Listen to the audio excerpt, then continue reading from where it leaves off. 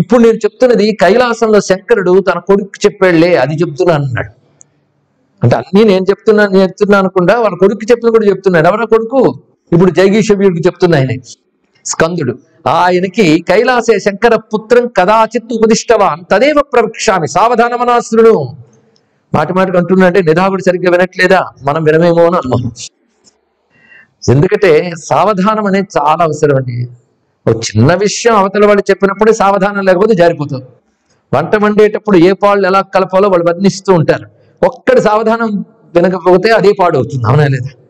అందున ఈ బ్రహ్మ విషయం అయినప్పుడు ఉండవలసిన సావధానం, ఏకాగ్రంగా దాని యందు దృష్టి నిలపడం. ఇంకేం అక్కర్లేదండి, బ్రహ్మ విద్యకు అర్హత ఒక్కటే, అది కావాలనే తపన, ఏకాగ్రంగా వినడం. ఈ రెండు ఉంటూ వచ్చేస్తుంది, మరి ఏం అక్కర్లేదు. నాకు పాండిత్యం తెలియదండి, ఇంకా మంచిది, సులభంగా వస్తుంది. అది తెలిస్తే మహాప్రమాదం. ఎందుకంటే అది చెప్పేటప్పుడు ఇంకేవో వాక్యాలు గుర్తొస్తుంటాయి. అక్కడ అలా చెప్పారు కదండి, ఇక్కడ ఇలా చెప్పారు కదండి, దానివల్ల ప్రమాదం. చెప్పింది వెండు, ఆ వాసన వదలదు.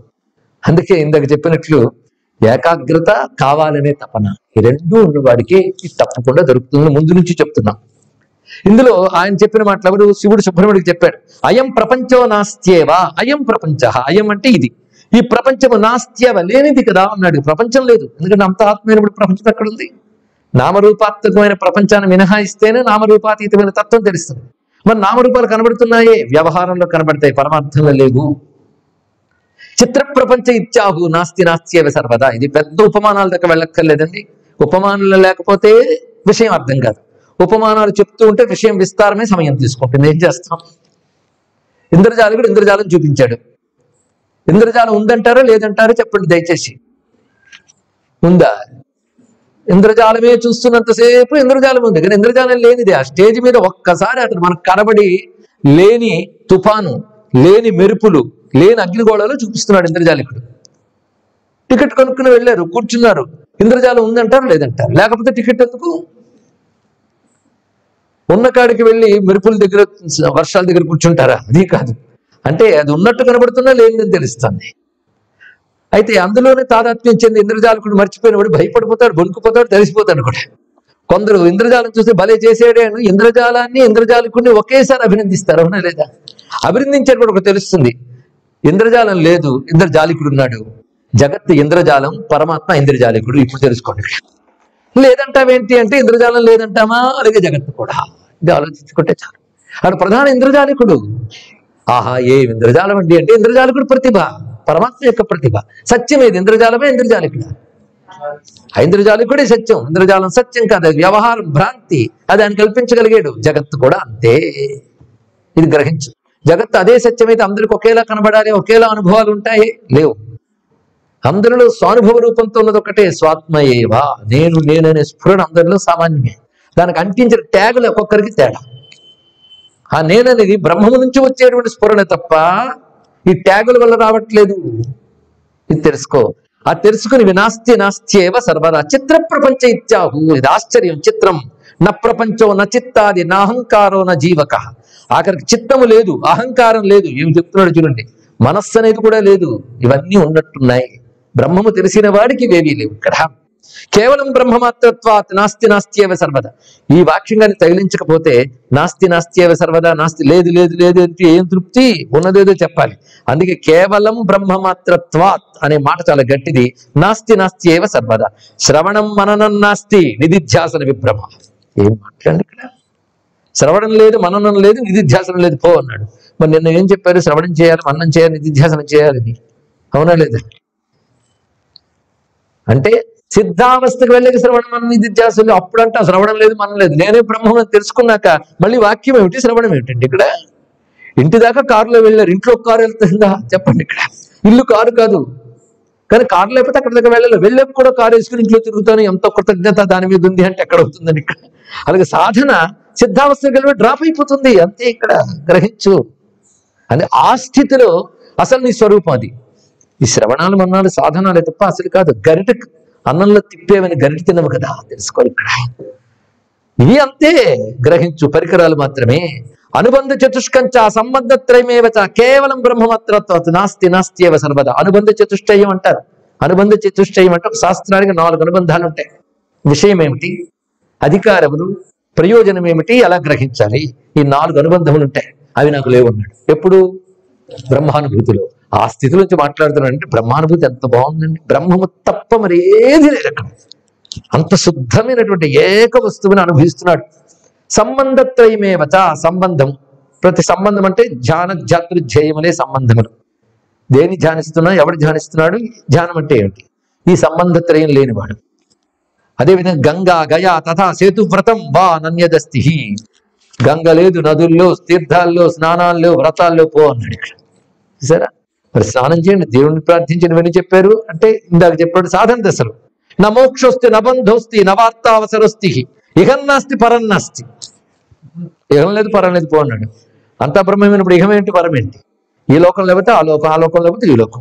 ఒకసారి అమెరికాలో, ఒకసారి యూకేలో, ఒకసారి స్వర్గంలో, ఒకసారి నరకంలో, అంతే. ఇవంతా అవే అంతే. ఈ భూమి ఎందు భూమికలు, అది మనకు లోక భూమికలు. ఇవేమి సత్యములా? వీటికి అధిష్టానముగా ఉన్న ఒక సత్యం ఉంది, అదే సత్యం. ఆ సత్యం అనుభూతంలోకి వస్తే ఇహన్నాస్తి పరన్నాస్తి, జాతిర్నాస్తి గతిర్నాస్తి వర్ణో నాస్తి నలౌకికం. ఆ స్థితికి వెళ్ళిన తర్వాత జాతి లేదు, వర్ణము లేదు. ఎందుకంటే ఉపాధి లక్షణం, అనిత్యములైన ఉపాధి లక్షణాలు నిత్యమైన ఆత్మకి ఎందుకంటే కడతావు. అది మన చింతన. ఈ ఉపాధిలో మనం ఉన్నప్పుడే భగవంతుడిచ్చిన ఈ బుద్ధిని, ఉపాధి నేను కాను అనుకుంటూ చింతన చేయాలి. ఉపాధిని ఆ చింతనకి వినియోగించుకోవాలి. సిద్ధించేక ఇంక ఉపాధితో తాదాత్మ్యం ఉండదు. ఇది తెలుసుకోవాల్సింది. శమాది షట్కం నాస్త్యేవ. శమము దమము ఇవన్నీ సాధన కింద చెప్పుకున్నాం కదా, అవి కూడా నేను కాను. నియమోవా యమోపివా, యమనియమాలు కూడా నేను కాను అన్నాడు. ఒకప్పుడు అవే పరమావధిగా చేశాం, ఇప్పుడు కాదు. ఉదాహరణకి లెక్కల పరీక్ష కోసం సంవత్సరం 2 ఏళ్ళు కష్టపడ్డారు, మార్కులు వచ్చి ఉద్యోగం వచ్చింది. మళ్ళీ మొదటి నుంచి లెక్కలు చేసుకుని కూర్చుంటారా? అలాగని మీరు మానేసి అక్కడికి వెళ్ళారు కనుక లెక్కలెక్కర్లేదు, తీసేయండి, పుస్తకాలను తగలెట్టండి అని చెప్తారా? తర్వాత సాధకుల కోసం మళ్ళీ అక్కడి నుంచే మొదలెడతారు. మీరు లెక్కల్లో ప్రవీణులైనప్పటికీ కూడా క్లాస్కి వచ్చిన స్టూడెంట్స్కి మనం మొదటి నుంచే లెక్కెడతారు. అదే గురువులు కూడా మన శ్రవణ వాక్యాలు, మనన వాక్యాలతోనే మొదలు పెడతారు. కానీ అవన్నీ దాటిపోయిన స్థితి నుంచి మాట్లాడుతున్నాడు. సర్వం ఇచ్చేతి నాస్తేవా బ్రహ్మ ఇచ్చేవ నాస్తి. అది సర్వం నిశ్చయే. అదే బ్రహ్మం అనొకటి, ఇదొకటి, రెండు లేదు, ఉన్నది ఒకటే. అన్నీ కలిపి ఒక్క మాటలో చెప్తున్నాను విన్నాయన అంటూ ఒక 2.5 శ్లోకాల్లో దీని సారం చెప్పుతున్నాను. ఈ అధ్యాయం సారం. వాచా యదుచ్యతే కించిత్ మనసా మనుతే చ యత్ బుద్ధ్యా నిశ్చీయతే యచ్చ చిత్తేన జ్ఞాయతే హి యత్ యోగేన యుజ్యతే యచ్చ ఇంద్రియాద్యశ్చ యత్కృతం జాగ్రస్వప్న సుషుప్తించ స్వప్నం వా నతురీయకం సర్వం నాస్తి ఇది విజ్ఞేయం. ఎందువల్ల? యదుపాధి వినిశ్చితం. అక్కడుంది మాట. ఇంత దానికి లింక్ అక్కడ పెట్టాడు. యదుపాధి వినిశ్చయత్, ఉపాధి వినిశ్చితం. ఇది విభజన పదానికి. యత్ ఉపాధి వినిశ్చితం. దీని అర్థం ఏంటో చూద్దాం. వాచా యదుచ్యతే కించిత్, మాటతో నువ్వు పలికిన ఏ కొంచెమైనా, మనస్సుతో ఆలోచించిన ఏ కొంచెమైనా, బుద్ధితో నిశ్చయించిన ఏ కొంచెమైనా, చిత్తంతో తెలుసుకుంటున్న ఏ కొంచెమైనా, యోగంతో గ్రహించిన ఏ కొంచెమైనా, ఇంద్రియాలతో తెలుసుకుంటున్న ఏ కొంచెమైనా లేదు లేదు లేదు లేదు, అవేవి లేవు అన్నాడు ఇక్కడ. అంటే మాటతో చెప్పగలిగేది, మనస్సుతో అందుకోగలిగేది లేదు. మాటతో మనస్సుతో అందుకోగలిగేది ఏది? వస్తు ప్రపంచం. ఆయన వస్తువు కాదుగా. వస్తువు అంటే దాని దోషాలని తెలుసుకోవాలి. వస్తువుకు పరిమితి ఉంటుంది. దేశ పరిమితి, కాల పరిమితి, తన పరిమితి, 3 పరిమితులు ఉంటాయి. నశించే లక్షణం ఉంటుంది. బ్రహ్మం అటువంటి వాడా?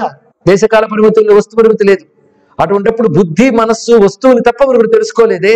అది వస్తువు కాదు కదా. తెలిసిపోయిందంటే నువ్వు విషయం తెలుసుకోలేదు అని అర్థం.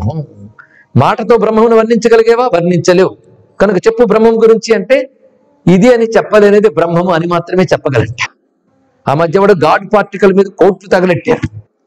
గాడ్ పార్టికల్ పార్టా చెప్పండి. ఇక్కడ పరమాత్మ పార్టు కాదు, పార్టికల్ కాదు, వస్తువా? అసలు బ్రహ్మముని వస్తువు అనుకుని వెతకడమే దృష్టే దోషం. ఆయన వస్తువే కాడని తేల్చి చెప్పేసింది భారతీయ సనాతన సైన్స్. ఇంకా వెతుకుతావా నువ్వు? నీకు కనబడితే నమ్ముతానంటే కనబడ్డాను కానీ వస్తువా? వస్తువైతే నశించిపోతాడు. తెలుసుకో ఇక్కడ. ఆయన వస్తువు కాడు, విషయం కాడు. విషయ వస్తువులకు అతీతమైన చైతన్యం. చైతన్యాన్ని ఏం చూపిస్తావు? అరే నీలో తిరుగుతున్న ప్రాణాన్ని నువ్వు చూపించలేవే. ప్రాణానికి కూడా ఆధారమైన పరమాత్మను ఇక్కడ చూపించగలవు. అది వస్తువు కాదు. నీ బుద్ధికి వస్తువు లేనిది నువ్వు ఊహించలేవు. ఫలానా వస్తువు ఉందంటే ఏ రంగులు ఉందంటే ఖచ్చితంగా అడుగుతావు. ఎందుకంటే రంగు అలవాటు, రూపం అలవాటు, పేరు అలవాటు. కనుక అల్లకొడుకు చూసానంటే పేరేంటండి అంట. నీకు అలవాటు అన్నీ అలా చెప్తే కానీ నీకు దొరకవు. అలవాటు అయిపోయింది నీకు. ఇప్పటి అలవాట, జన్మల అలవాటు. కానీ ఇప్పుడు కూర్చోబెట్టి నామరూప వస్తువులు ఏంటంటే ఎక్కడ దొరుకుతుంది? అది ఒకటి గుర్తుపెట్టుకో. పరమాత్మ అంటే మాటతో వర్ణించేదేది పరమాత్మ కాదు. మనస్సుతో తెలుసుకునేదేది పరమాత్మ కాదు, యోగములతో గ్రహించేదేది పరమాత్మ కాదు. అంటే యోగములో పొందే సిద్ధులేవి పరమాత్మ కావు, ఇంద్రియాలతో గ్రహించేది పరమాత్మ కాదు. ఆ మాటకు వస్తే జాగ్రత్త స్వప్న సుషుప్తి తురీయములు కూడా పరమాత్మ కాదన్నాడు. ఇదేమిటండి? ఇంతవరకు వేదాంతం ఏం చెప్తుందంటే జాగ్రత్త, స్వప్నము, సుషుప్తి మూడు ఉన్నాయి. మూడు చైతన్యం వల్ల ఉన్నాయి, కానీ ఆ మూడే చైతన్యం అనడానికి లేదు. ఎందుకంటే మూడు కాలాల్లో మూడు భిన్న భిన్నములుగా ఉన్నాయి, మూడు ఏకకాలంలో లేదు. మూడింట్లో వదలకుండా ఉన్నది మాత్రం నేను అనబడే చైతన్యం. దాన్ని అధిష్టానంగా చేసుకుని జాగ్రత్త స్వప్న సుషుప్తులలో వచ్చిపోతున్నాయి. స్క్రీన్ మీద పిక్చర్ లాగా, స్క్రీన్ శాశ్వతం. అలాగే పరమాత్మ అనే చైతన్యం మీద జాగ్రత్త స్వప్న సుషుప్తులు ఎదుగుతున్నాయి. అది నీకు పరమాత్మ ఎప్పుడు తెలియబెడతాడు? ఏమంటే టేబుల్ అసలు రంగు తెలియాలంటే దాని మీద వస్త్రాన్ని తీసేయాలి. జాగ్రత్త స్వప్న సుషుప్తులు తీసేస్తే ఏది మిగిలిందో అది పరమాత్మ. తీసి చూడండి, తేలిక. అది భావనతో బుద్ధితో గ్రహించవలసిందే తప్ప తీసేయలేవు నువ్వు. అది ఇంద్రియాల్లో అనుభవానికి రాదు. అందుకో మనకు నాలుగో మాట చెప్పారు, తురీయం అని ఒక మాట చెప్పారు. తురీయం అంటే జాగ్రత్త అవస్థ కాదు, స్వప్నావస్థ కాదు, సుషుప్తి అవస్థ కాదు, మూడు కాదు. మరి ఎలా ఉంటుంది? ఇలా ఉంటుందని చెప్పరు. తురీయ అవస్థ ఎలా ఉంటుందని చెప్పగలమండి? స్వప్నం ఎలా ఉంటుందో నేను వర్ణించిన మీకు తెలుస్తుంది, ఎందుకంటే స్వప్నం అనే అనుభవం మీకు ఉంది కనుక. సుషుప్త అనుభవం అప్పుడప్పుడేనో వస్తూ ఉంటుంది కనుక అది అర్థమవుతుంది. డీప్ స్లీప్, మెలకు కూడా అర్థమవుతుంది. మూడింటికి అతీతమైనది ఎలా అర్థమవుతుంది? అర్థమవుతుంది లేదంటారా? ఈ మూడు అవస్థలు లేనిది ఒకటి ఉంది, సర్వావస్థ తుర్య, సర్వావస్థ వివర్జిత తుర్య, అది తురియం. తురియం కూడా లేదన్నాడు ఇక్కడ. ఇదేంటి? తురియమే బ్రహ్మము. తురియావస్థలో బ్రహ్మం మాత్రమే ఉంటుందండి. జాగ్రత్త సుషుప్తుల్లో బ్రహ్మముతో పాటు ప్రపంచం ఉంటుంది. ఇది ఒక్కటి తెలిస్తే చాలు. ఇక్కడ జాగ్రత్త అవస్థలో ప్రపంచం ఉంది లేదా? ఉంది కదా. స్వప్నావస్థలో ప్రపంచమే ఉంది, ఇంకేముంది? అయితే ఇక్కడ నువ్వు చూస్తున్న ప్రపంచం, అక్కడ ఊహిస్తూ తెచ్చుకున్న వాసనల ప్రపంచం అంతే. సుషుప్తిలో ప్రపంచం ఉందా? లేదు. మరి ఎందుకు అది గొప్ప అవస్థ లేదు? పరమాత్మ ఉంది కానీ తెలియబడట్లేదు, అది వచ్చింది ఇక్కడ. పరమాత్మ అక్కడ ఉంది, తెలియబడట్లేదు. అక్కడ వచ్చిన బాధ ఏమిటంటే ఉన్న పరమాత్మ తెలియబడట్లేదు, ప్రపంచము తెలియబడట్లేదు. ఇక్కడ వచ్చిన బాధ ఏంటంటే ప్రపంచం తెలియబడుతుంది, పరమాత్మ తెలియబడట్లేదు. కానీ పరమాత్మ తెలియబడట్లేదు అనేది మూడు అవస్థల్లో కామన్. జాగ్రత్తగా వింటున్నాం కదా, తెలిసిందే. జాగ్రత్త అవస్థలోనే పరమాత్మ తెలియబడట్లేదు, స్వప్నావస్థలో తెలియబడట్లేదు, సుషుప్త అవస్థలో తెలియబడట్లేదు. సుషుప్త అవస్థలో పరమాత్మ లేదు, ప్రపంచం లేదు. ఇక్కడ ఇంకా ప్రపంచం అఘోరిస్తుంది, పరమాత్మ తెలియట్లేదు. అంటే ఒకటి సూపర్ ఇంపోజిషన్, ఇంకోటి పూర్తిగా బ్లాక్, అది వచ్చింది. కనుక అసలు తెలియాలంటే మూడు అవస్థలు దాటిపో. జాగ్రత్త తీసి, స్వప్నం తీసి, సుషుప్తి తీసి, అసలు అవస్థ సమాధి అవస్థ. అది ఎలా ఉంటుంది? దానికి ఒక ప్రక్రియ ఉంది. తురియ అవస్థ గురించి తెలుసుకోవడానికి ఒక ప్రక్రియ ఉంది. సాధన చేసిన వాళ్ళు తెలుసుకుంటున్నారు. మరి తురియం కూడా లేదు ఎందుకుంటున్నారు అంటే, సత్యం తురియమేగా, పరమాత్మ అనుభవమే సత్యం కదా. పరమాత్మ సత్యం అయ్యాక జాగ్రత్త స్వప్న సుషుప్తులు భ్రాంతి అని తెలిసాక మళ్ళీ ఆ మూడు కూడా ఉన్నాయండి, నాలుగవది ఉందని అక్కడంటావు నువ్వు. నాలుగవది ఉంది అంటే మూడు ఉన్నాయని ఒప్పుకున్నట్టే కదా. ఉన్నది ఒకటే అయినప్పుడు మిగిలిన మూడు ఏమవ్వాలి? ఇదివరకు భ్రాంతి చెందాడు కానీ మూడు లేదు. మూడు లేనప్పుడు నాలుగు ఎలా ఉంటుంది? ఉన్నది ఒకటే కనుక తురియం లేదన్నాడు. అది అర్థం తెలుసుకోవాల్సింది. బ్రహ్మానుభవం మిగిలిన మూడు ఎక్కడ ఉంటాయి? చెప్పే తీరు చూడండి, ఇలాంటి బోధ ఎంత అద్భుతమో. దీన్ని బట్టి మనకి ఈ అవస్థాత్మకమైన జగత్తంతా కూడాను మిథ్య గనుకనే సత్యం కోసం తాపత్రయం. ఇవే సత్యం అనుకుంటే సాధన ఎందుకు? జాగ్రత్త అవస్థ, స్వప్నావస్థ సత్యం అనుకుంటే సాధన ఎందుకు? ఇక్కడ అసలు సత్యం తెలుసుకోవడం కదా సాధన. అసలు సత్యం మూడు దాటితే కానీ తెలియదు. మూడు దాటాక ఈ మూడు భ్రాంతి అని తెలుస్తాయి. భ్రాంతి అయిన తర్వాత ఇది నాలుగోదని ఎలా చెప్తా ఉన్నది ఒకటి అయినప్పుడు ఎంత రమ్యమైన భావం అండి ఇక్కడ. అందుకే నేను తురియం కూడా కాను. ఈ నాలుగు నాస్త్యేవ నాస్త్యేవ, లేవు లేవు లేవు. స్నానాశుద్ధి నహిక్వాపి ధ్యానాశుద్ధి నహిక్వచిత్. నేను స్నానంతోనూ శుద్ధుని కాను, ధ్యానంతోనూ శుద్ధుని కాను అన్నాడు. స్నానం శరీరానికి, ధ్యానం చిత్తానికి. శరీరాన్ని చిత్తాన్ని దాటిపోయిన వాడికి శరీర శుద్ధికైన స్నానం ఎందుకు, చిత్తశుద్ధికైనా ధ్యానం ఎందుకు అంటే బ్రహ్మజ్ఞానం స్నానం చేయడం అనమాట. నిర్ణయానికి రాకండి. ఇక్కడ స్నానం శరీరానికి, బ్రహ్మమునికి కాదు. అది చెప్పడం, దాన్ని ఎవడు తడపలేడు. దాన్ని శుద్ధి చేయవలసిన అవసరం లేదు. శుద్ధం బుద్ధం శాంతం. దాన్ని శుద్ధి చేస్తామేంటి? బ్రహ్మం ఎప్పుడు శుద్ధమే. ఆకాశాన్ని క్లీన్ చేయండి, ఆకాశం ఎంత శుద్ధమైనంత శుద్ధం. అయితే ఆకాశం బుద్ధం కాదు, పరమాత్మ బుద్ధం. అది ఒకటి. బుద్ధం అంటే చిద్రూపుడు, శుద్ధమైన వాడు. నేను ఆ బ్రహ్మముని ఉన్నాను కానీ గుణత్రయం నాస్తి కించిత్. గుణత్రయం నాకు లేదు. అసలు ఏక ద్విత్వ పదం నాస్తి. ఒకటి రెండు అనే పదాలు లేవయ్యా నాకు. నా బహుభ్రమ విభ్రమ. పోనీ ఒకటి రెండు లేకపోతే మూడు నాలుగు ఉన్నాయా? బహు అనే విభ్రమమే లేదు నాకు. పో నాలుగనే భ్రాంతుల్లో కేవలం బ్రహ్మ మాత్రత్వ. నేను బ్రహ్మమును మాత్రమే, నకించిది అవశిష్యతే, మరొకటి మిగిలి లేదు అన్నాడు. బ్రహ్మమే ఉన్నప్పుడు మరొకటి మిగిలి లేదు. శుద్ధ బ్రహ్మం నేను అని ఈ అధ్యాయం పూర్తయింది. ఇది కుమారోపదేశ వర్ణనం అని పేరు. ఇందులో మనకి మాటి మాటికి వస్తున్నటువంటిది సర్వం నాస్తి విజ్ఞేయం యదుపాధి వినిశ్చితం. ఈ మాటలో సర్వం నాస్తి విజ్ఞేయం అనే వాక్యం తిరుగుతోంది. యదుపాస్తి వినిశ్చితం అనే మాట ఇప్పుడు మనం చెప్పుకోవాలి. ఎందుకు ఇవన్నీ లేవన్నాం? లేవని అంత బాగుందండి. అసలు ఏవీ లేకపోతే ఏ గోళ లేదు, ఉంటేనే మంచో చెడో గోళ. ఏవీ లేవని ఎందుకన్నావు అంటే, ఇప్పుడు ఏమి ఉన్నాయనుకుంటున్నావు? ఉపాధితో నిశ్చయించేవి గనక. యత్ ఉపాధి వినిశ్చితం, ఉపాధితో నిశ్చయించేవేవి లేవు. ఒక్క మాటలో చెప్పాడు. ఉపాధి అంటే శరీరం, బుద్ధి, ప్రాణం, మనస్సు, ఇవన్నీ కలిపి ఉపాధి అండి. అంటే ఇందులో ఏది ఒక్కటి ఆత్మ వస్తువు కాదు, ఒక్కటి కూడా ఆత్మ వస్తువు కాదు. ఇవన్నీ ఉపాధులు. ఇవి ఆత్మ వల్ల పనిచేస్తున్నాయి కానీ ఆత్మ కాదు. నువ్వు ఏది నిర్ణయించిన ఉపాధితోనే నిర్ణయిస్తున్నావు. ఒక వస్తువు యొక్క స్వరూపాన్ని నీ కన్నుని ఉపాధితో నిర్ణయించావు. అదా ఒక్కొక్క కంటికి ఒక్కొక్కలా కనబడుతుంది. ఏం చేస్తాం? నీకే నువ్వు చూస్తున్న లెవెల్ బట్టి ఒక్కలా కనబడుతుంది. కింద నుంచి చూస్తూ కనబడే వస్తువు మేడ పైనుంచి చూస్తూ మరోలా కనబడుతుంది. కనుక కంటికి కనబడేది ఏది సత్యమని నిర్ణయిస్తాను. కనుక ఉపాధులతో నిర్ణయించేది ఏది కూడా నిశ్చితము కాదు. ఉపాధులతో నిశ్చయించేది ఏది కూడా లేదు. అది కూడా తెలుసుకో. కనుక ఆత్మ ఉపాధులతో నిశ్చయించలేవు. అందుకే శాస్త్రం చక్కగా చెప్తుంది, కంటిలో ఉంటాడు కన్ను చూడలేదు, చెవిలో ఉంటాడు చెవి వినలేదు. చెవిలో పరమాత్మ చైతన్యం లేకపోతే వినలేవు, కానీ చెవితో పరమాత్మను వినలేవు. అరే అన్నిటినీ చూసే కన్నునే చూడలేదే, ఆ మాత్రం తెలియదా? కన్ను అన్ని చూస్తుంది, కన్నుని చూడగలదా? లేదా? ఆ మాత్రం తెలుసు కదా మనకి. కానీ కంటికిలో చైతన్యంగా ఏది ఉందో దాని కన్ను చూడలేదు.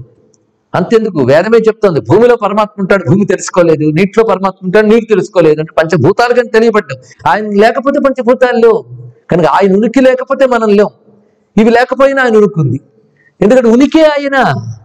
ఇవి ఉన్నాయి అనిపించడానికి కారణం ఆయన, కానీ ఉనికే ఆయన. ఉనికి అనడానికి సత్ అంటారు. సత్ మాత్రమే, సన్మాత్రమే అయినాడు. ఉనికే అయినప్పుడు ఉపాధులతో నిశ్చయించేవేవి ఆయన కాడు. అది తెలుసుకోవాలి. ఇక మాటతో ఏది చెప్తావో అది ఆయన కాడు. ఎందుకంటే మాట ఆయన చెప్పలేదు కదా. అలాగే నువ్వు బుద్ధితో ఏది ఊహిస్తావు అది కాదు అని చెప్పినప్పుడు ఉపాధులతో నిశ్చయించేదేది బ్రహ్మము కాదు. ఉపాధులతో నిశ్చయించేదేది లేనిదే. ఇది బాగా గుర్తుపెట్టుకోండి. మిగతా ప్రపంచం కనబడితే లేదంటాడేమిటి అనే దానికి మళ్ళీ సమాధానాలు ఉన్నాయి.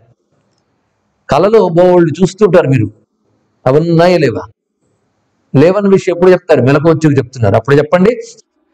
కళ వచ్చినప్పుడు అదన్నీ లేదు అని అనుకుంటున్నారా?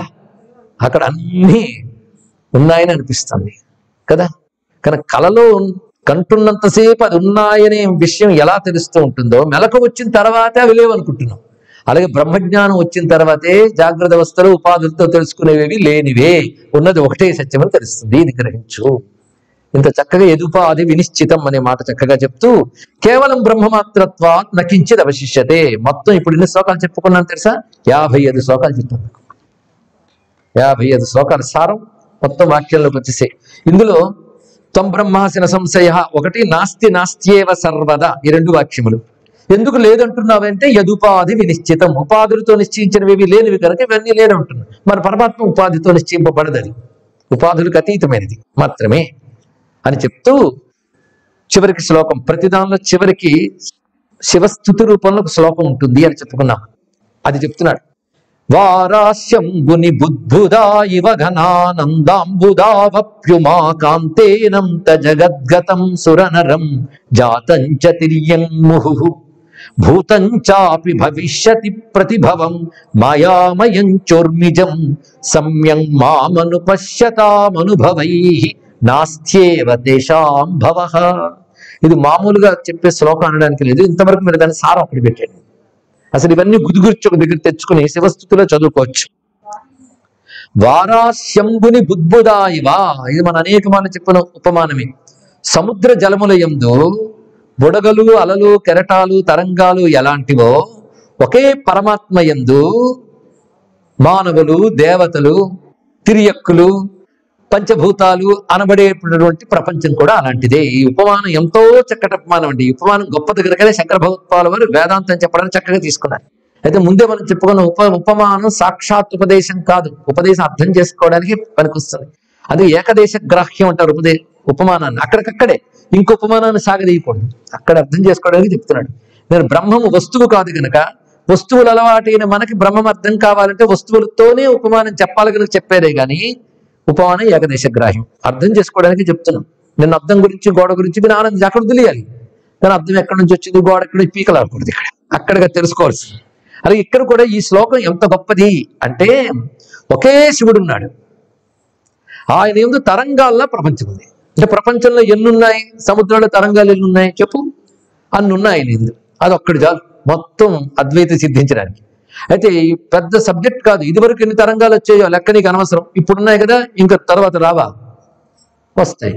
ఎన్ని తరంగాలు వచ్చినా ఒకటి గుర్తుపెట్టుకోవాలి, సముద్రం ఒక్కటే, జలం ఒక్కటే, ఇదొక్కటి తెలుసుకో. కనుక రకరకాల ఉపాధులు మారుతూ ఉన్న తరంగ దృష్టితో ఒక తరంగం లేచిందండి, చూస్తోంది చుట్టూ, ఎంత బాగుందోనో అనుకుంది. పక్కన మరో తరంగం వచ్చింది, నువ్వు వచ్చావరా మన ఇద్దరం జట్టండి, ఏం లాభం? ఈ లోపల తరంగం పట్టుమంది, ఈ తరంగం అయిపోయేవా అని ఏడుస్తుంది. అలా ఉంది పరిస్థితి. ఎక్కడికి పోయింది ఆ తరంగం? అది జలమే. వీడు కొద్ది రోజులకి అదే పోతాడు జలం. మరొక తరంగం ఎవరు మొదటి వచ్చింది అన్నాడు. ఇంతే మన బతుకు. ఈ తరంగ క్రీడ. అయితే తరంగంలోని సబ్జెక్ట్ ఏమిటి చెప్పండి? మెటీరియల్ ఏమిటి? నీరే. కనుక అన్ని ఉపాధుల్లో ఉన్న మెటీరియల్ శివుడు అనే పరమాత్మే. ఇది గ్రహించగలిగితే ఉపాత్తాదత్యం వదిలి, నేను చిన్న తరంగాని, నువ్వు పెద్ద తరంగానివి, నువ్వైతే ఎక్కువసేపు ఉంటావు, నేనైతే పోతాను, నీకంటే నేను ఎక్కువసేపు ఉన్నాను చూసే అని వాళ్ళు కబుర్లు ఆడుకున్నాయి అనుకోండి, అంతకంటే యూస్లెస్ కబుర్లు మన లేవు. అదే మన ప్రపంచంలో వ్యవహారం అంతా కూడా, అదే యూస్లెస్ వ్యవహారం. ఎవరికైతే జలదృష్టి ఉంటుందో వాడు చిన్న తరంగమైన పెద్ద తరంగమైన ఒకే సముద్రంలో దృష్టిలో చూస్తాడు. అదే నీ తరంగం పొడవెంత, ఆ తరంగం పొడవెంత, అది ఎన్ని నిమిషములు ఉన్నది, ఇది ఎన్ని నిమిషములు ఉండును అని స్టాటిస్టిక్స్ వేయడం అంత వేస్ట్ పని ఎలా లేదో ఉపాధుల మీమాంస అలాంటిదే. ఇది తెలుసుకో. తరంగ పరిమితితో సముద్రాన్ని ఆలోచించగలవా? జలదృష్టితో చూడు ఏకమే. ఇది ఉపమానంగా పనికొస్తుంది. అందుకే వారాస్యంబుని, వారాసి యొక్క జలమునందు బుద్బుదా ఇవ ఘనానందాంబుధావుప్యుమ. ఇందులో మనలో తీపి వస్తువు ఏంటో తెలుసా? చెప్పండి, మనలో తీయని వస్తువు ఏంటి? ప్యాంక్రియాస్ అంటే షుగర్ వచ్చింది, అది కాదు. తీయని వస్తువు అంటే అర్థం ఏంటంటే ఆత్మ. నాకు నేనే తీపి వస్తువు, అవునా లేదా? కానీ తీపి అంటే ఆనందమే కదా. మరి ఆనందం అనే తీయని వస్తువు మనలో ఉంది. అది సముద్రంలో అలలో ఎంత నీరు ఉంటుందో పరమాత్మలో మనలో అంత తీపి ఉంటుంది. అదే ఆనందం, అదే చైతన్యం. పరమాత్మ ఆనంద సముద్రుడు. ఆనంద సముద్రుడు పరమాత్మ అలను నేను. నాలో వస్తువు ఏంటి? సముద్రమేగా. సముద్రం తప్ప మరో సబ్జెక్ట్ ఉందా నాలో? కానీ నేను సముద్రాన్ని లేచి వెళ్తూ ఉన్నాను, నేను సముద్రానికి దూరంగా లేను, సముద్రంలో ఉన్నాను, సముద్రమే నేనై ఉన్నాను అని అనంత భావం రావాలి. అందుకే ఘనానందాంబుదావు ప్యుమాకాంతే, ఉమాకాంతుడైన పరమాత్మ అనబడే సముద్రమునందు అనంత జగద్గతం సుర నరం జాతంచ తిర్యంముహు. పెద్ద కరటం, చిన్న కరటం, అందమైన కరటం, అందం లేని కరటం, ఎలాగో బుడగలు ఎన్ని చెప్పుకున్నా దేవతలు, మానవులు, అందరూ అతిరియక్కులు అంటే జంతువులు, పక్షులు, భూతంచాపి భవిష్యతి ప్రతిభవం, గతం, వర్తమానం, భవిష్యత్ అన్ని ఇవన్నీ మాయామయం. మాయ అంటే అర్థం చేసుకోవాలి ఇక్కడ కొంచెం క్లుప్తంగా. కెరటాలు రావడానికి కారణం ఏంటంటే సముద్రంలో దానిలో వచ్చిన వాయు వికారం, అంతే కదా. అది చూపించగలమా? అనిర్వచనీయం. అలా పరమాత్మ మాయ అనబడే దాని వల్ల ఈ జీవ జగత్ అనేది భాషిస్తూ ఉంటుంది. అందుకని సృష్టించి ఒకటి పెట్టాడా? కెరటం సముద్రం సృష్టించి బయట వదిలిందా? మన కోసం సృష్టించిందా? దాని యందు భాషిస్తుంది. ఇది తెలుసుకుంటున్నాం. సముద్రం యొక్క వాయు శక్తి వల్ల కెరటములు భాషించినట్టు ఈశ్వరుని మాయాశక్తి వల్ల ప్రపంచం భాషిస్తోంది. భాషిస్తున్న ప్రపంచం ఆయనకి వేరుగా లేదు, అది తెలుసుకోమని చెప్తున్నాడు. కనుక నువ్వు అలని కన్ఫైన్ అయిపోకు. నేను సముద్రాన్ని అనే విషయం తెలుసుకో. అది ఎప్పుడు తెలుసుకోగలవు? నీలో ఉన్న మెటీరియల్, అందులో ఉన్న మెటీరియల్ ఆలోచించుకో. ఆనందమే. భూతంచాపి భవిష్యతి ప్రతిభవం మాయామయంచ ఉర్మిజం సమ్యం మామను పశ్యతామనుభవై నాస్త్యేవ తేషాం భవః. ఎవడైతే మాం అహం రూపమైన జలతత్వాన్ని, చైతన్యత్వాన్ని తెలుసుకుంటున్నాడో వాడికి జన్మ లేదు. హరం విజ్ఞాతారం నిఖిలతను కార్యేషు కరణం నజానంతే మోహార్జమిత కరణా అప్యతితరా ఉమానాథాకారం హృదయ దహరాంతర్గత సరాపయోజాతే భాస్వద్భవ భుజగనాశాండజవరం. అలాంటి మనలోనే అన్నీ తెలుసుకోగలిగిన శక్తిగా ఎవడున్నాడో చైతన్య స్వరూపుడిగా హరుని హృదయంలో తెలుసుకోలేక మోహముతో బహిర్ముఖులవుతున్నారని భావాన్ని దీన్ని చెప్పాడు. ఈ విధంగా ఈ అధ్యాయం మొత్తం పూర్తయింది. కుమారోపదేశం అంటూ చెప్తూ తర్వాత శ్లోకాల్లో మరో అధ్యాయం. ఇందులో అంతా చాలా కోపం వచ్చేసే అధ్యాయం అంటే అదేమిటంటే అన్ని మిథ్య అని చెప్తాడు. వ్రతాని మిథ్యా, భువనాని మిథ్యా, భావాది మిథ్యా భవనాని మిథ్యా భయంచ మిథ్యా భరణాది మిథ్యా ముక్తంచ మిథ్యా బహుబంధ మిథ్యా వేదాశ్చ మిథ్యా వచనాని మిథ్యా. వేదాలు మిథ్యా, వచనాలు మిథ్య, వాక్యాన్ని మిథ్య. వాక్యాలు కూడా మిథ్యే. అహం బ్రహ్మస్మి కూడా మిథ్యే. వాక్యమా అనుభవం. ఎవడికి తెలియదు అహం బ్రహ్మస్మి, ఎవడికి తెలియదు తత్వమసి. ఎరుక ఎంతమందికి ఉంది, అనుభవం ఎంతమందికి ఉంది? అనుభవంకి అర్థం చేసుకోవడం కోసం వాక్యం, కానీ వాక్యం అనుభవం అండి కాదు. అందుకే వాక్యాలు కూడా మిథ్యే, ఎప్పుడు అనుభవ స్థాయిలో. అనుభవం వరకు విచారణకి పనికి వస్తున్నారు. వాక్యం మంత్రం నమస్కారం చేసుకోవాల్సిందే. కానీ ఆ స్థాయిలో మంత్రాలు, వ్రతాలు, పూజలు, పునస్కారాలు అన్ని మిథ్యే. అయితే ఇది అనడానికి అందరూ సిద్ధమే, కానీ భోజనం మిచ్చండ్రు, ఉద్యోగాలు మిచ్చండ్రు, అందరి కోసం వెంపర్లాట్లు మిచ్చలన్నారు. అవి ఇవి మాత్రం మిచ్చనడానికి మీరే చెప్పారు కదా, పూజలు మిచ్చ, వ్రతం మిచ్చ, అందుకే వదిలేశాను. కానీ ఇంకోటి పట్టుకు వేలాడుతున్నారు, అది కూడా మిచ్చనే చెప్పాము మేము, అది తెలుసుకో. కానీ వేదాంతం పట్టుకుని వెర్రి మాట్లాడే వాళ్ళకి ఎక్కడేం మాట్లాడుతున్నారో తెలియాలి. ఇది మిథ్య వాక్యం గురించి చాలా బాగా తెలుసుకోవాలండి. తెలుసుకోలేకపోతే చాలా చాలా చాలా ప్రమాదాలు కొన్ని ఉన్నాయి. మిథ్య గురించి అర్థం చేసుకోలేక అద్వైతం అంటే ద్వేషం పెంచుకునే వాళ్ళు ఉన్నారు. ముఖ్యంగా ద్వైతవాదులకు అది ఎందుకో, అద్వైతం అంటే మహాకోపం. అద్వైతం అంటేనే కాదు, వాళ్ళు ఒక దేవతను ఇష్టంగా అనుకుంటే మిగిలిన దేవతలందరినీ తీసి పారేస్తారు. ద్వైతవాదుల్లోని పెద్ద వికారం, పెద్ద లోపం, పెద్ద రోగం కూడా తెలుసుకుంటారు. అది చాలు, వాళ్ళది చాలా అల్పమైనది, దాని పరిపూర్ణత లేదు అని చెప్పడానికి. అరే బ్రహ్మసత్యం జగన్మిథ్య అనే మాట ఇంచుమించు అందరూ వినుంటారు కదా. బ్రహ్మం ఒక్కటే సత్యము, జగత్ మిథ్య. జగత్తు కూడా బ్రహ్మము లాంటి సత్యమే అయితే మరి బ్రహ్మం కోసం ప్రయత్నించడం ఎందుకు? ఆ మాట తెలిస్తే చాలు కదా. జగత్తు కూడా సత్యమేనండి, మరి బ్రహ్మ సత్యాన్ని ప్రత్యేకంగా ఎందుకు చెప్పడం? జగత్తు బ్రహ్మము రెండు సత్యమే అయినప్పుడు మరి మోక్షం కోసం ప్రయత్నం ఎందుకు? జగత్తు మిథ్య గనకనే సత్యమైన బ్రహ్మమును తెలుసుకోవడం కోసం సాధన, ప్రయత్నం, ఉపదేశం అన్నీ ఉన్నాయి ఇక్కడ. జగత్తు మిథ్యను ఎందుకుంటున్నామంటే జగత్తు బ్రహ్మరూపం అయినప్పటికీ నీకు ఆ బ్రహ్మము తప్ప అన్ని భాషిస్తున్నాయి కానీ మిథ్య. అవునా లేదు? ఒక్కడు తెలుసు, బ్రహ్మము జగత్తే బ్రహ్మమైనప్పుడు బ్రహ్మము తెలియబడట్లేదే, జగత్తే తెలియబట్లేదు. ద్వంద్వములు తెలుస్తున్నాయి, సుఖము, దుఃఖము, లాభము, నష్టము తెలుస్తున్నాయి. ఈ ద్వంద్వములు ఉన్నంతకాలం మిథ్య. ఏకమైన బ్రహ్మం సత్యం, అది తెలియబడట్లేదు కదా. మరి తెలియబడకుండా చేసేది మిథ్య కాకేమవుతుంది? అందుకే జగన్మిథ్య, జగన్మిథ్య అనే మాటను తీసుకొని ప్రపంచం లేనిది లేనిది లేనిది అనడం కాదు. ప్రపంచం లేనిదని అద్వైతం కూడా అనలేదు. వ్యవహారంలో ఉన్నది పరమార్థంలో లేనిది అన్నది. ఇది తెలుసుకోవాలి. ఇక్కడ పరమార్థ దృష్టి లేదు. ఇందాక చెప్పినప్పుడు కొన మీదకి వెళ్ళే వాడికి కింద చిన్న చిన్న గుడిసెలు, మేడలు అన్ని ఎంతంత కనబడతాయండి, ఇంత కనబడతాయి. వాడికి పెయింటింగ్ వేశాడు, ఇది మేడలవి, కుటీరాలు. ప్లేన్లో ఉన్నవాడు ప్రతి ఇంటి బొమ్మ వేశాడు. రెండు చిత్రపటాలు దగ్గర తెచ్చి పెట్టండి, ఏది సత్యం? అక్కడి నుంచి అది సత్యం, ఇక్కడి నుంచి ఇది సత్యం. ఇది తెలుసుకుంటే చాలు. కానీ పరమార్థ దృష్టితో చూసేది, వ్యవహార దృష్టితో మనం మాట్లాడరాదు. పరమార్థం పరమార్థమే, వ్యవహారం వ్యవహారమే. ఈ రెండు కలిపేసి కన్ఫ్యూజన్ అయ్యి అద్వైతం అంటే కోపగించుకునే వాళ్ళు ఉన్నారు, వేదాంతం అంటే విసుక్కునే వాళ్ళు ఉన్నారు. నీకు అర్థం కాకపోయినా అది ఒక ప్లేన్ నుంచి దర్శించిన ఒకనొక సత్యం అని తెలుసుకో. ఒక ఆయన పారాషూట్లో పైకి ఎగురుతున్నాడు, నువ్వు నేల మీద నడుస్తున్నావు, భలే భలే అని ఫీట్కి సంతోషం చప్పట్లు కొట్టావు. అంతేగాని వాళ్ళ నేను నడుస్తాను ఇక్కడ ఎగిరే వరకు కింద పడతావు. వాడి స్థాయి అది, వాడు ఎగురుతున్నాడు అంతే, అలాగే తెలుసుకో. కానీ ఆ స్థాయి నుంచి మాట్లాడేదాన్ని ఈ స్థాయి నుంచి మనం అన్వయం చేసుకుని అక్కడి నుంచి చూసిన వాడు ఏం చెప్పాడో అది అసత్యం అని ఇక్కడి నుంచి అనకూడదు. అది వ్యవహార సత్యం, పరమార్థ సత్యం ఉంటుంది. అందుకే శంకర భగవత్పాల వారు అద్వైతాన్ని అందించేటప్పుడు వ్యావహారిక సత్యం, ప్రాతిభాసిక సత్యం, పారమార్థిక సత్యం అని మూడు ఉంటాయి అన్నాడు. మూడు సత్యములు అని చెప్పాడు. సత్యం మీద ఆధారపడే మూడు ఉన్నాయి. సత్యం అంటే పరమాత్మ. పరమాత్మ లేకపోతే జాగ్రత్త లేదు, స్వప్నం లేదు, సుషుప్తి లేదు, ప్రపంచం లేదు. ఇది ఒకటి తెలుసుకోండి. పాముని భయపడ్డావన్నా తాడనే ఆధారం ఉంది కదా, ఇది తెలుసుకోండి. అలా పరమాత్మ ఎందుకు భాషిస్తోంది ఇంత కూడాను. ఎలాగంటే రజ్జు సర్పభ్రాంతి ఇత్యాది ఉపమానం మనకు చెప్తున్నారు. పరమార్థానుభవం పొందిన వాడికి ఇది మిథ్య, పొందని వాడికి, పొందాలనుకున్న వాడికి సత్యముగా కనబడుతున్న ఇది సత్యము కాదు, సత్యము కాదు, సత్యము కాదని విచారం చాలా అవసరం. అందుకు మిథ్యావాక్యం సాధారణ ఎందుకు చెప్పారంటే సత్యము కాదు. బాగా ఆలోచించండి. ఇవాళ అనుకున్న నిన్న ఏమైపోయింది, నిన్నటికి ఇవాళే అనుకున్న ఏమైపోయింది, మారిపోతూ ఉంటాయి.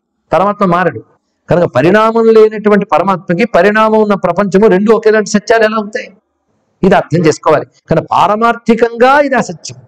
ఎందుకంటే కలలో, స్వప్నంలో సత్యం అనుకున్నది మెలకువలో అసత్యం కాలేదా?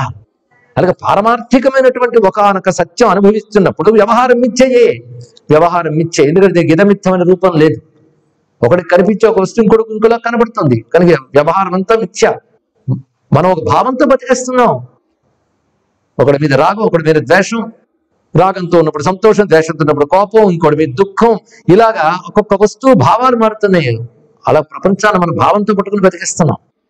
కానీ ఇవన్నీ పట్టుకోవడానికి భావానికి కూడా ఆధారపడి చైతన్యం, దానికి ఏం భావం లేదు. అదేమిటో పట్టుకుని ప్రయత్నించే. అది చేసినప్పుడు మిథ్యాతత్వం నీకు అర్థమవుతుంది. అది మిథ్య అన్నారు కానీ అసత్యం అనలేదు. చాలా జాగ్రత్తగా మాట్లాడారు. ప్రాతిభాసిక సత్యం అంటే స్వప్నంలో కనబడేది ప్రాతిభాసిక సత్యం, ప్రతిభాస. వ్యావహారిక సత్యం అంటే జాగ్రత్త అవస్థలో కనబడే ప్రపంచం అంతటినీ వ్యావహారిక సత్యం అన్నారు. అంటే ఇది వ్యవహారం, ఇది నాశనము, ఇది లేనిది అనలేదు. వేదాంతం బాగా అర్థం చేసుకోవాలి. ఇది తెలియక చాలా మంది ద్వైతవాదులు మహాకోపంతో మాట్లాడుతున్నారు. ఇక్కడ గమనించవలసింది ఏంటంటే, ఇవాళ నాకు అర్థం కాలేదు కనుక ఇది అనుకోకూడదండి. ఆ స్థాయి కావాలి, ఆ స్థాయి ఇంకా లేదు, ఇంకా విచారణ చెయ్యాలనుకోవాలి. ఇది గ్రహించాలి. అది ఈశ్వరానుగ్రహం, గురు కృప ఇత్యాదులతో జరుగుతుంది అని సాధన చేసుకుంటూ ఉండాలి తప్ప, ఒక సత్యాన్ని ఒక మహానుభావుడు అనుభవంతో ప్రతిపాదిస్తాడు. నీకు అనుభవం వచ్చే వరకు దాన్ని విశ్వసించి సాధన చేయాలి తప్ప, లేదని ఎలా అంటాం. ఇది తెలియక కొంతమంది బ్రహ్మసత్యం వరకు ఒప్పుకున్నారు. జగన్మిచ్చనగానే ఎంతో మంది. ఏం బాధపడక్కర్లే, మహామహా పండితులకి కోపం ఈ మాట అంటే. ద్వైతవాదులకి అద్వైతం అంటే ఎంత కోపమో. చిత్రం ఏంటంటే అద్వైతికి ఎవడి మీద కోపం ఉండదు. మీరు శంకరాచార్య భాష్యాలు చదవండి, ఎవరిని నిందించారు, ఒక్క మాట ఉండదు. సత్యం మీద ప్రతిపాదన చేస్తూ ఉంటారు. అది కాదు అంటే కాదురాని ఇది అని చెప్తారు, కానీ నిందావాక్యం ఉండదు. ఎందుకంటే అసత్యం డబడబలు ఆడుతుంది, సత్యం నిదానంగా ఉంటుంది. అయితే మనం ద్వైతులమా అద్వైతులమా? అద్వైతం గొప్పదని నమ్ముతున్న వాళ్ళు. ఎందుకంటే శంకరాచార్యులు చెప్పారు, పెద్దవాళ్ళు చెప్పారు కనుక. కనీసం విచారణకు కూడా వెళ్ళలేదు. అసలు చాలా మందికి అద్వైతం అంటే ఏంటో, ద్వైతం ఏంటో, ఇష్టాద్వైతం తెలియదండి. ఊరికని కన్ఫ్యూజన్. మనం స్టేజ్ మీద వ్యాసపీఠ మీద పెట్టుకున్నది ఆ సబ్జెక్ట్ కనుక చెప్తున్నాం, కానీ మాకు పనికొచ్చేది చెప్పండి అంటే ఇది తప్పు ఏదైనా చెప్పేవాళ్ళు. అర్థమైంది కదా? మాకు పనికొచ్చేది చెప్పండి, ఇది తప్పు ఏదైనా చెప్పేవాళ్ళు. ఎవరున్నారండి అద్వైతులు? ఎవడు అద్వైతి కాడు.